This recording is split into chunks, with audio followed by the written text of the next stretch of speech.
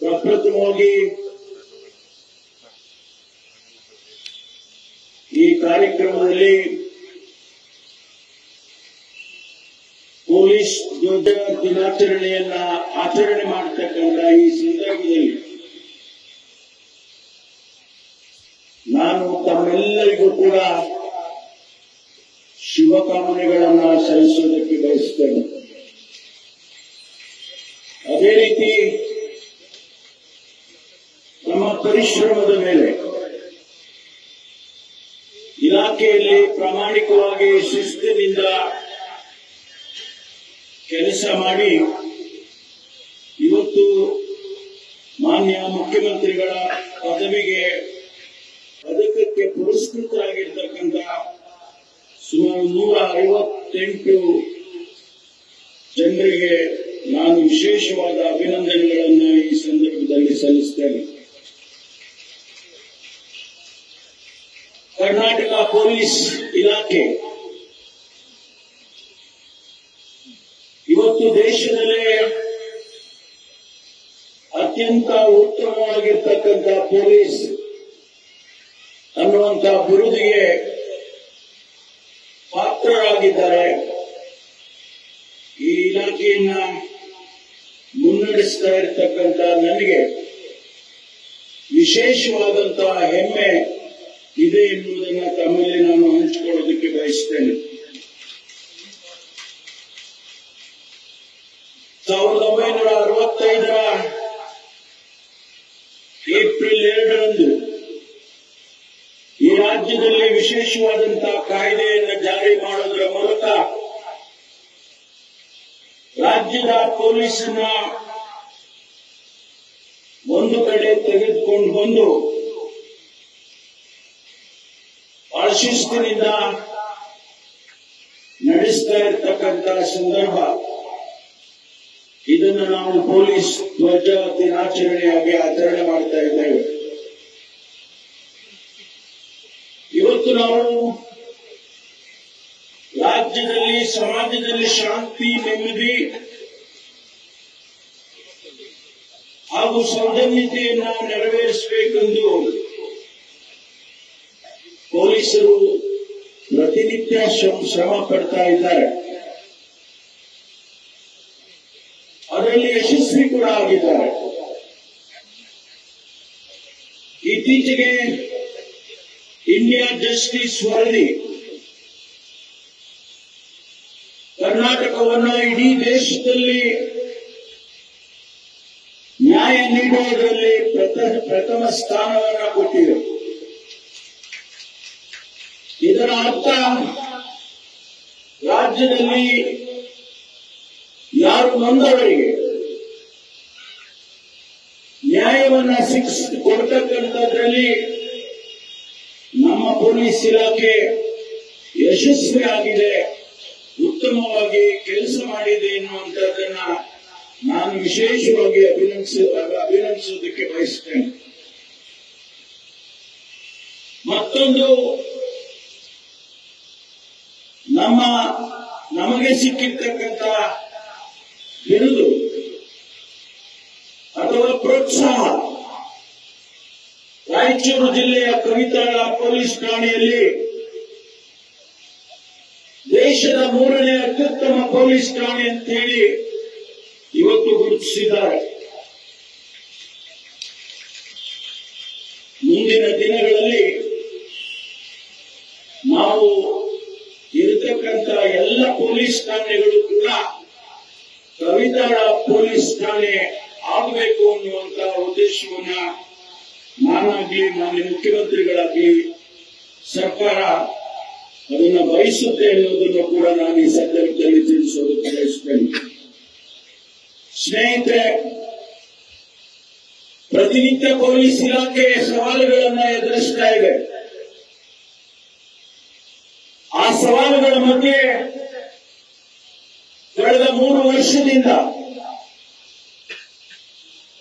ನಮ್ಮ ಸರ್ಕಾರ ಮಾನ್ಯ ಮುಖ್ಯಮಂತ್ರಿಗಳ ನೇತೃತ್ವದಲ್ಲಿ ಈ ರಾಜ್ಯದಲ್ಲಿ ಶಾಂತಿಯನ್ನು ಕಾಪಾಡತಕ್ಕಂಥದ್ರಲ್ಲಿ ಯಶಸ್ವಿಯಾಗಿದೆ ಎನ್ನುವಂಥದ್ದನ್ನ ಬಹಳ ಹೆಮ್ಮೆಯಿಂದ ಹಂಚಿಕೊಳ್ಳೋದಕ್ಕೆ ಬಯಸ್ತೇನೆ. ರಾಜ್ಯಕ್ಕೆ ಬಂಡವಾಳ ಹೂಡಿಕೆಗೆ ಬರ್ತಕ್ಕಂಥ ಜನ ಶಾಂತಿ ನೆಮ್ಮದಿಯನ್ನ ಬಯಸ್ತಾರೆ. ಇವತ್ತು ನಮ್ಮ ಪೊಲೀಸ್ ಇಲಾಖೆ ಆ ಶಾಂತಿ ನೆಮ್ಮದಿಯನ್ನ ಸೌಹಾರ್ದಯುತವಾದ ವಾತಾವರಣವನ್ನು ಸೃಷ್ಟಿ ಮಾಡೋದ್ರಲ್ಲಿ ಯಶಸ್ವಿಯಾಗಿದೆ ಅನ್ನೋದನ್ನ ಹಂಚಿಕೊಳ್ಳೋದಕ್ಕೆ ಬಯಸ್ತೇನೆ. ಜೊತೆಯಾಗಿ ತಮ್ಮ ಕರ್ತವ್ಯದಲ್ಲಿ ಯಾವುದೇ ರೀತಿ ಚ್ಯುತಿ ಬರದ ಹಾಗೆ ಕೆಲವು ಉದಾಹರಣೆಗಳನ್ನ ನಾನು ತಮ್ಮ ಮುಂದೆ ಹಂಚಿಕೊಳ್ತೇನೆ. ದಾವಣಗೆರೆಯಲ್ಲಿ ಎಸ್ಬಿಐನಲ್ಲಿ, ವಿಜಯಪುರ ಜಿಲ್ಲೆಯ ಮನಗೊಳ್ಳಿ ಕೆನರಾ ಬ್ಯಾಂಕ್ ಕಳ್ಳತನದಲ್ಲಿ ಮತ್ತು ಬೇರೆ ಬೇರೆ ಅಪರಾಧಗಳು ನಡೆದಂತಹ ಸಂದರ್ಭದಲ್ಲಿ ಅತ್ಯಂತ ಕ್ಷಿಪ್ರವಾಗಿ ಪತ್ತೆ ಮಾಡೋದನ್ನ ನಮ್ಮ ಇಲಾಖೆ ತೋರಿಸಿಕೊಟ್ಟಿದೆ. ಆ ಕಾರ್ಯ ಅಧಿಕಾರಿಗಳಿಗೆ, ಅವರ ಕಾರ್ಯದಕ್ಷತೆಗೆ, ಅವರ ಸಾಮರ್ಥ್ಯಕ್ಕೆ ಇವತ್ತು ನಾನು ಮೆಚ್ಚುಗೆಯನ್ನು ವ್ಯಕ್ತಪಡಿಸುವುದಕ್ಕೆ ಬಯಸ್ತೇನೆ. ಸ್ನೇಹಿತರೆ, ಇತ್ತೀಚೆಗೆ ಕೆಲವು ವರ್ಷಗಳಿಂದ ಈಚೆ ನಮ್ಮ ರಾಜ್ಯದಲ್ಲಿ ಡ್ರಗ್ಸ್ ಜಾಲದ ಪತ್ತೆ ಹಚ್ಚೋದಕ್ಕೆ, ಅದನ್ನ ನಿಲ್ಲಿಸೋದಕ್ಕೆ, ಸಂಪೂರ್ಣವಾಗಿ ನಾಶ ಮಾಡೋದಕ್ಕೆ ಸರ್ಕಾರ, ಮಾನ್ಯ ಮುಖ್ಯಮಂತ್ರಿಗಳು ಸದನದಲ್ಲಿ ಘೋಷಣೆಯನ್ನು ಮಾಡಿದ್ದಾರೆ. We declare a war against drugs ಅನ್ನುವಂತ ಮಾತನ್ನ ಮಾನ್ಯ ಮುಖ್ಯಮಂತ್ರಿಗಳು ಪದೇ ಪದೇ ಹೇಳುತ್ತಾ ಇದ್ದಾರೆ. ನಮ್ಮ ಇಲಾಖೆ ಕಳೆದ 2.5 ವರ್ಷದಲ್ಲಿ, ಕಳೆದ 3 ವರ್ಷದಲ್ಲಿ ಸಾವಿರಾರು ಕೋಟಿ ರೂಪಾಯಿ ಮಾದಕ ವಸ್ತುಗಳನ್ನ ಹಿಡಿಯುವುದರ ಜೊತೆಗೆ ಯಾರು ಅದನ್ನ ಸರಬರಾಜು ಮಾಡ್ತಾರೆ ಅವರ ವಿರುದ್ಧ ಕಠಿಣವಾದಂತಹ ಕ್ರಮವನ್ನ ತೆಗೆದುಕೊಳ್ತಕ್ಕಂಥ ಕೆಲಸವನ್ನ ಮಾಡಿದ್ದಾರೆ. ಮತ್ತೊಂದು ಸವಾಲು ನಮ್ಮ ಮುಂದೆ ಪ್ರತಿನಿತ್ಯ ನಿಂತುಕೊಳ್ತಾ ಇದೆ. ಇತ್ತೀಚೆಗೆ ಆಧುನಿಕ ಜಗತ್ತಿನಲ್ಲಿ ಏನು ಟೆಕ್ನಾಲಜಿಯನ್ನು ಉಪಯೋಗ ಮಾಡಿಕೊಂಡು ಅಪರಾಧಗಳನ್ನ ಮಾಡತಕ್ಕಂಥ ಸೈಬರ್ ಕ್ರೈಮ್ ಏನಾಗಿದೆ, ಇಡೀ ದೇಶದಲ್ಲಿ ಇವತ್ತು ಹೆಚ್ಚಾಗ್ತಾ ಇದೆ. ಕರ್ನಾಟಕದಲ್ಲಿ ಪ್ರಪ್ರಥಮ ಬಾರಿಗೆ ಒಂದು ಡಿಜಿ ಪೋಸ್ಟ್ ಅನ್ನ ಕ್ರಿಯೇಟ್ ಮಾಡಿ ಅದಕ್ಕೆ ಹೆಚ್ಚು ಪ್ರೋತ್ಸಾಹವನ್ನು ಕೊಡೋದ್ರ ಮೂಲಕ ಈ ಸೈಬರ್ ಕ್ರೈಮ್ ಅನ್ನು ಕೂಡ ಕಡಿಮೆ ಮಾಡತಕ್ಕಂಥ ಪ್ರಯತ್ನದಲ್ಲಿ ಸ್ವಲ್ಪ ಮಟ್ಟಿಗೆ ನಾವು ಕೂಡ ಯಶಸ್ವಿಯಾಗಿದ್ದೇವೆ ಅನ್ನೋದನ್ನ ತಮ್ಮ ಗಮನಕ್ಕೆ ತರ್ತಾ ಇದ್ದೇನೆ. ಈಗಾಗಲೇ ನಾನು ಮೊನ್ನೆ ನೋಡ್ತಾ ಇದ್ದೆ, ಕೇಂದ್ರದ ಗೃಹ ಸಚಿವರು ಇಡೀ ದೇಶದಲ್ಲಿ ನಕ್ಸಲ್ಸ್ ಅನ್ನು ಅಡಗಿಸಿದ್ದೇವೆ, ನಕ್ಸಲ್ ಅನ್ನು ಮುಕ್ತ ಮಾಡಿದ್ದೇವೆ ಅಂತ ಹೇಳಿ ಅವರು ಘೋಷಣೆಯನ್ನ ಮಾಡ್ತಾ ಇದ್ರು. ಆದರೆ ಕರ್ನಾಟಕದಲ್ಲಿ ಬಹಳ ವರ್ಷಗಳಿಂದ ಆಂಟಿ ನಕ್ಸಲ್ ಸ್ಕ್ವಾಡ್ ಅನ್ನ ಮಾಡುವುದರ ಜೊತೆಯಲ್ಲಿ ಇವತ್ತು ಕರ್ನಾಟಕದಲ್ಲಿ ನಕ್ಸಲ್ ಮುಕ್ತ ರಾಜ್ಯವನ್ನಾಗಿ ನಾವು ಮೊದಲನೇ ಬಾರಿಗೆ ಮಾಡಿ ಮಾನ್ಯ ಮುಖ್ಯಮಂತ್ರಿಗಳು ಆ ಮಾಡಿದಂತಹ ಪೊಲೀಸ್ ಅಧಿಕಾರಿಗಳಿಗೆ ಶ್ಲಾಘನೆಯನ್ನು ಕೂಡ ಮಾಡಿರುವುದನ್ನು ಸ್ಪಂದಿಸುತ್ತೇನೆ. ಸ್ನೇಹಿತರೆ, ಇವತ್ತು ಆಧುನಿಕತೆ ನಮ್ಮ ಮುಂದೆ ಪ್ರತಿನಿತ್ಯ ಒಂದು ಸವಾಲನ್ನು ಕೊಡ್ತಾ ಇದೆ. ಆದರೆ ನಾವು ಎಲ್ಲದರಲ್ಲಿಯೂ ಕೂಡ ತರಬೇತಿಯನ್ನ ಪಡೆಯುವುದರ ಜೊತೆಯಲ್ಲಿ ನಮ್ಮ ಕಾರ್ಯಕ್ಷಮತೆಯನ್ನು ಹೆಚ್ಚು ಮಾಡಿ ಕೆಲಸ ಮಾಡತಕ್ಕಂಥದ್ದನ್ನ ಮಾಡಬೇಕು ಅನ್ನೋದನ್ನ ಇವತ್ತು ನಾವು ಅರ್ಥ ಮಾಡಿಕೊಂಡಿದ್ದೇವೆ. ಆ ದೃಷ್ಟಿಯಲ್ಲಿ ಮಾನ್ಯ ಮುಖ್ಯಮಂತ್ರಿಗಳು ಪೊಲೀಸ್ ಇಲಾಖೆಗೆ ಯಾವತ್ತೂ ಕೂಡ ಪ್ರೋತ್ಸಾಹವನ್ನು ಕೊಟ್ಟಿದ್ದಾರೆ. ಪ್ರತಿಯೊಂದು ಬಜೆಟ್ನಲ್ಲಿ ಕೂಡ ನಾವು ಕೇಳಿದಂತ ಎಲ್ಲ ಕಾರ್ಯಕ್ರಮಗಳನ್ನು ಕೊಟ್ಟಿರ್ತಕ್ಕಂಥದ್ದನ್ನ ನಾನು ಇವತ್ತು ಸ್ಮರಿಸಿಕೊಳ್ತೇನೆ. ಸುಮಾರು 52 ವರ್ಷಗಳಿಂದ ಏನು ಬೇಡಿಕೆ ಇತ್ತು, ಸ್ಲೋಚ್ ಹ್ಯಾಟ್ಗಳನ್ನು ಬದಲಾಯಿಸಬೇಕು, ನಮಗೆ ಇವತ್ತು ನವನವೀನ್ಯವಾಗಿರ್ತಕ್ಕಂಥ ಕಡುನೀಲಿಯ ಏನು ಕ್ಯಾಪ್ ಅನ್ನ ಪಿ ಕ್ಯಾಪ್ ಅನ್ನ ಕೊಟ್ಟಿದ್ದಾರೆ. ಇವತ್ತು ಇಲಾಖೆಯಲ್ಲಿ ಎಲ್ಲರೂ ಕೂಡ ಪ್ರಶಂಸೆಯನ್ನು ಮಾಡ್ತಾ ಇದ್ದಾರೆ. ಅನೇಕ ಬದಲಾವಣೆಗಳನ್ನು ತಂದಿದ್ದೇವೆ. ಇವತ್ತು ಪೊಲೀಸ್ ಇಲಾಖೆಯಲ್ಲಿ ಏನು ಟ್ರಾನ್ಸ್ಫರ್ಸ್ ಗಳನ್ನ ಮಾಡ್ತಾ ಇರ್ತಕ್ಕಂಥದ್ದನ್ನ, ರೆಕ್ರೂಟ್ಮೆಂಟ್ ಗಳನ್ನ ಮಾಡ್ತಾ ಇರ್ತಕ್ಕಂಥದ್ದನ್ನ ಇವತ್ತು ಹೊಸ ಆಧುನಿಕತೆಯನ್ನು ಬಳಸಿಕೊಂಡು ಆ ಕೆಲಸವನ್ನು ಕೂಡ ನಾವು ಮಾಡೋದಕ್ಕೆ ಇವತ್ತು ಪ್ರಯತ್ನ ಮಾಡ್ತಾ ಇದ್ದೇವೆ.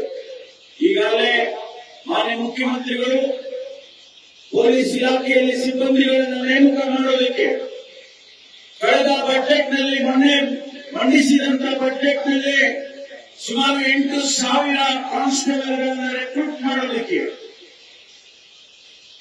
ಸುಮಾರು 600 ಸಬ್ ಇನ್ಸ್ಪೆಕ್ಟರ್ಗಳನ್ನು ರೆಕ್ರೂಟ್ ಮಾಡೋದಕ್ಕೆ ಇವತ್ತು ನಮಗೆ ಅನುವು ಮಾಡಿಕೊಟ್ಟಿದ್ದಾರೆ.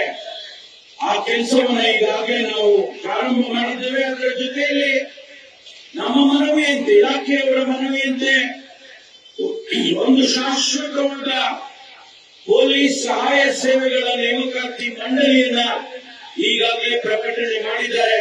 ಮುಂದಿನ ದಿನದಲ್ಲಿ ಆ ಮಂಡಳಿ ಏನು ನೇಮಕಾತಿಯನ್ನ ಮಾಡುವುದಕ್ಕೆ ಎಲ್ಲ ರೀತಿಯಲ್ಲಿ ಕ್ರಮವನ್ನು ತೆಗೆದುಕೊಳ್ಳುತ್ತೆ ಎನ್ನುವುದನ್ನ ಹಂಚಿಕೊಳ್ತಾ ಇದ್ದೇನೆ.